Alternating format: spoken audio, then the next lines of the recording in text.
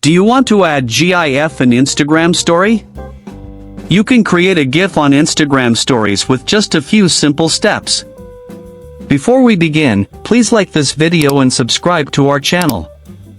I've also included some helpful tools and apps in the description, so be sure to check them out. To add a GIF in an Instagram story, first, open the Instagram app on your mobile device.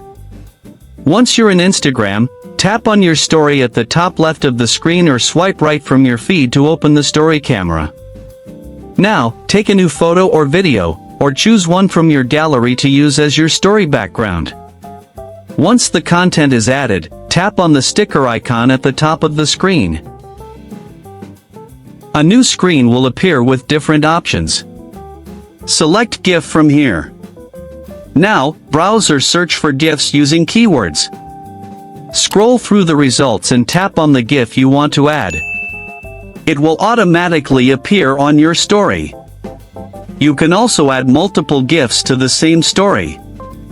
After adding the GIF, you can still add text, music, or filters to customize your story further. When your story is ready, tap on your story to share it.